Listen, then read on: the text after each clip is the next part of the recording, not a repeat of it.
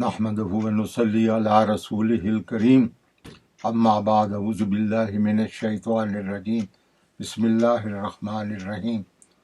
ابھی ہمارا حلقہ ختم ہوا جس میں الحمدللہ یہی دین کی باتیں تھیں اور اپنے اعمال اور اپنی زندگی کو سنوارنے کی باتیں تھیں کہ کیسے ہم اپنی زندگی کو اللہ رب العزت کے لیے وقف کریں، اور جو ہمارا حساب کتاب ہونا ہے قیامت والے دن، اور قیامت کو جو ہمارا اللہ رب العزت کے سامنے پیش ہونا ہے، تو اس کے لیے کیا تیاری ہے، اور کیا انسان جو ہے دنیا میں کیا غافل تو نہیں ہے، اس کو سمجھ بوجھ ہے۔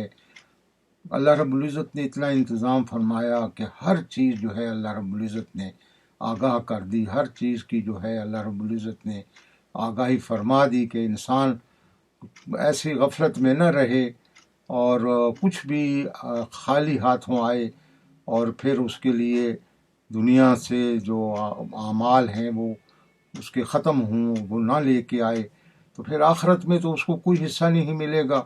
تو پھر اللہ رب العزت نے تو یہ فیصلہ کر دیا ہے کہ دنیا میں جس کے معاملات اچھے ہوں گے، دنیا میں جس کے اعمال اچھے ہوں گے، اسی کے لیے ہی خیر کا فیصلہ ہوگا آخرت میں۔ اب یہ ہمارے اپنے ہاتھ میں ہے کہ ہم نے اس کو کیسے کرنا ہے اور اس کو کیسے جو ہے آخرت کو بنانا ہے۔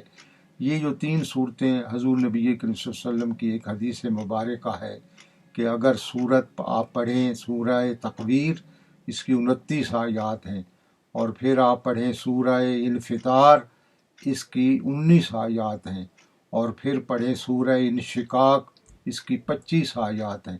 فرمایا یہ جو 3 صورتیں پڑھے گا، یہ جو 3 صورتیں پڑھ کے دیکھے گا تو اس کو دنیا میں ہی آخرت نظر آئے گی۔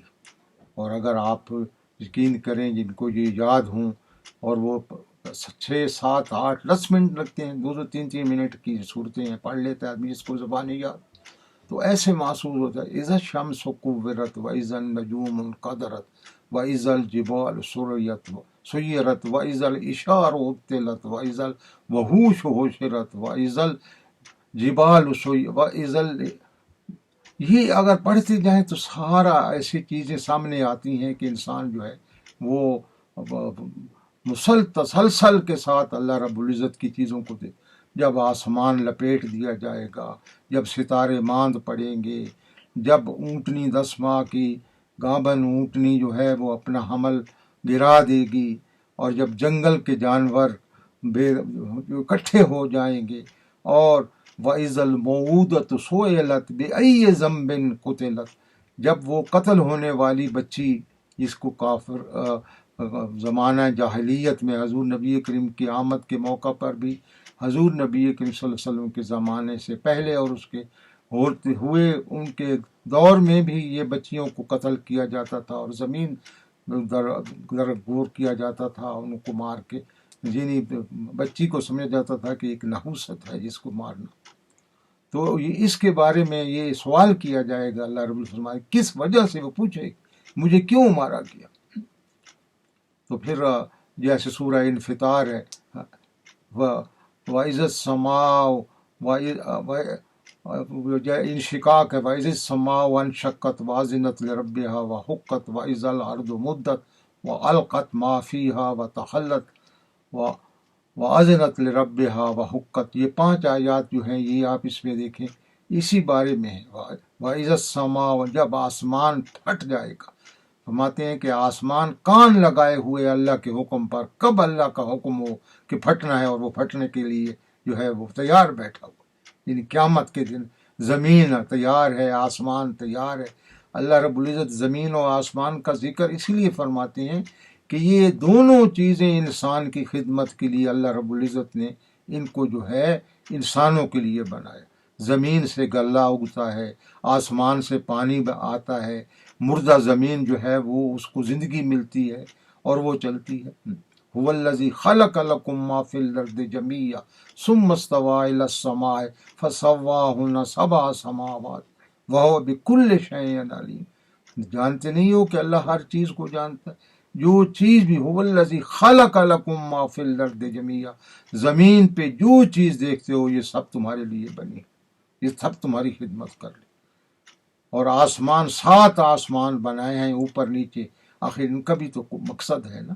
7 آسمان یہ سب انسان کی خدمت میں لگے ہوئے. آسمانوں سے بارش برس رہی ہے، آسمانوں کا دوسرا اور نظام، سورج ہے، چاند ہے، وہ زمین پہ جو ہے اپنی روشنی حرارت دے رہے ہیں، اسی سے نشو و نما ہوتی ہے. اب دیکھو چاند جو ہے وہ 3,84,000 میل زمین سے دور ہے، اور ٹریلین ٹنز آف واٹر وہ اٹھاتا ہے سمندروں سے، اور ان کو اچھالتا ہے اور پھر نیچے پھینکتا ہے، تاکہ آبی جانور، آبی جو مخلوق ہے اس کو آکسیجن ملے اور وہ زندہ رہے. اللہ رب العزت کا دیکھو نظام دیکھو.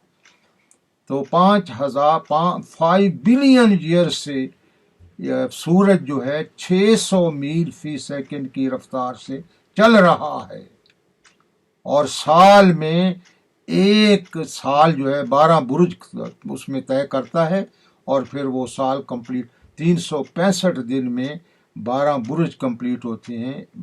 ایک مہینے میں ایک برج جو آسمانوں کے برج ہے.